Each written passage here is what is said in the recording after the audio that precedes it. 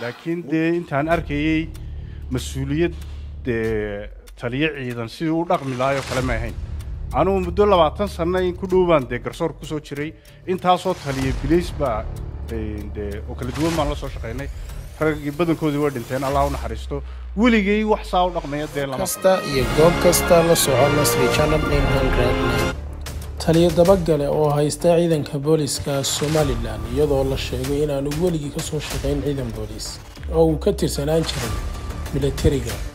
inagoo kala duwanaanshaha weyn ee u dhaxeeya labada ciidan taliye dabagale maalin walba wuxuu ku tacadiyaa raggii uu ugu yimi shaqada booliska oo uu xabsiga u taxaabaa sida taliyihii hore ee CID-da gaashaanle sare Faysal Xiis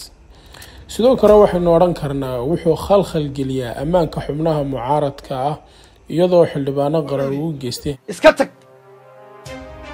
annaga shaar kullee ku gelin doonee annaga naqaan halka ku geyn doono waxa weydiinaya taliyaha halkeed geynaysaa maad dilaysaa maad qafaalanaysaa halkeed geynaysaa waa ku weydiinaya shacabka Somaliland dadkii soo doortay waxaan haddii lay waayo janaka booliska loo raacay jawaadiisii annaga garanayna halkan ku geynayno sidoo kale boolisku waxaynu oran karnaa waxay ka qayb qaataan khalkhalgelinta amniga guud sida ka muuqata muuqaalkan ninkan ku hubaysan baangada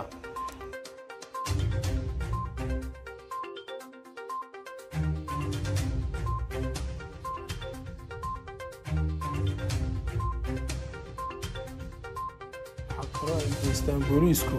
تعديل كلا دوا كواسو حدقلها كترسنا جري بوليسكا وشيغيو مجاهد كي وينا عدالة درده لغو خيراي imika la sii daayay magaciisa la dhaho kayd sane in tiraba 2 jeer uu Addis Ababa tagay beerka soo meeday lagu yiri wad sumeysanta kadib intuu jeelka ka soo baxay ma garanayo war dalka xaga loo wadaa macalmas maxaabiistii la xidhay iyadoo nacayb iyo isir nacayb laga qabo dadkii lagu simanayay jeelashii ciidanka booliska ugu jawaaba siyaasiyiinta iyadoo ay hayd inuu dhex u noqdo siyaasiyiinta mid xil hayay iyo mid aan xil haynba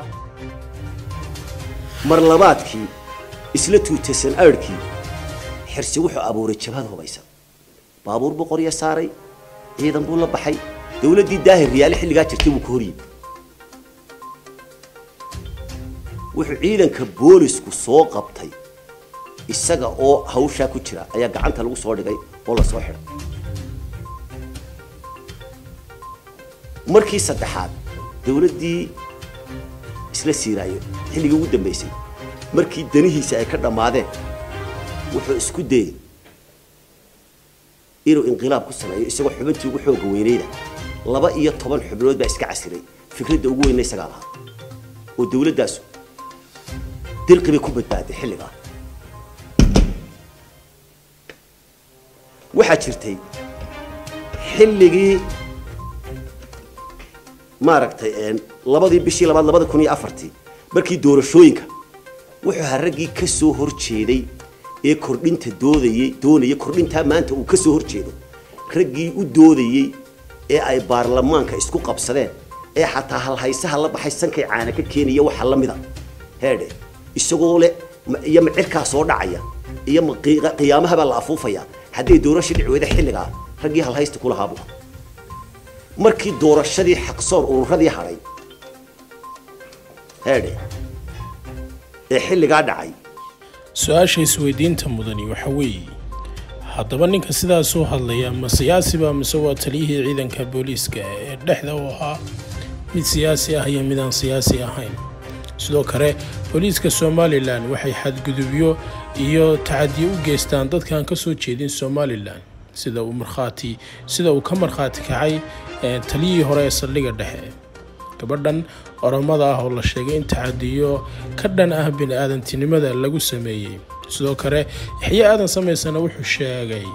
oo uu ka markhaati kacay in rag ka soo jeeda Itoobiya halkaasi dib loogu geystay iyadoo markii dambana sharciga la baalmariyay oo lagu xukumay xarig dheer gabadhaasi waxa weeyaan waxa lagu soo xiray saldhigga dhexe gabadhaasi maalintii la soo xidhay waxay wadatay cunug yar cunuga yarna sida ii sheegtay iyadoo wuxuu jiray 3 bilood ilmihii yaraa waxa laga reebay goobtii laga soo xidhi doono gabadha tani gurigii ay ka shaqeynayay ninkii ay u shaqeynayay gabadhiisa ayay islaayeen sababta isku laayeen waxay ahayd ilmaha yar gabadha ormada dhashay ayaa waxa soo ogaatay gabadhii ninkii guriga lahaa in gabadhan ormada uu u tago ninkani ilmahan yar ay wadatona uu isagu dhalay kabacdi ilmihii bartii baa laga reebay bartii baa laga soo kaxeeyay saldhig dhaxal la keenay runtii gabadhaasi waxay xidhneed muddo 3 bilood waqtigaas saldhiga ibi waxay ii sheegtay ilmaheedii laga reebay haddana ku dhawaad sanad ayay ku xidhan tahay bartii walaw la ii sheegay la igu yiri wax loo gudbiyay jeelka weyn ee Gabiley falalkii lagu la kici jiray gabadhaasi muddada xidhneedna waxa kamid ahaa cuntadoo laga soomiyo qofkani waa noole qof nool weeye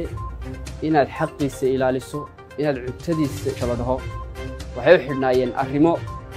nabadgelyo darro beerta madaxweynaha ah nimankaasi waxay ka soo jeedaan deegaamada Soomaalida waliba Ethiopia ee meelaha la midka niman dhalinyaro ah bay ahaayeen muddo 6 bilood bay xidhnaayeen nimanka waxa dhici jirtay inaan maxkamad la geyn jirin marka maxaabiista la qaaday in maxaabiista lagu soo dhixdiri jiray marka laga soo celiyay laga soo qaadi jiray muddo 6 bilood ay xidhnaayeen niman yaani barasto bay ahaayeen waxa loo bedelay kiiskii inay niman argagixisay yihiin sidoo kale booliiska Somaliland waxa lagu eedeeyay in haweenka maxaabiista ah ay u talaabaan oo ay farxumeeyaan saraakiisha kamid ah ciidanka booliiska waa sidoo sheegay sarkaal hore oo kamid ahaan jiray booliiska Somaliland lagu la kacay hablahaas waxa weeyaan wada wareysan doontaa wana kugu xiriirin doonaa waxa weeyaan tacadiyada lagu la kacay waxay ahaayeen wixii waa dumar goob ku xabsan yihiin ku xiran yihiin تعديات اللي يقولك عاي وحي هاي تشرديل جوجوشو لورشيو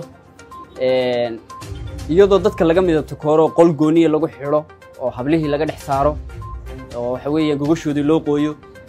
iyo falal waxa weeyaan uu taliyuhu u tagi jiray dharka ku jeexjeexi jiray taataaban jiray falal aad u falfal xun bay ahaayeen markhaatiyadoodii iyo cadeyntoodiina waxa weeyaan aanu soo bandhigi karin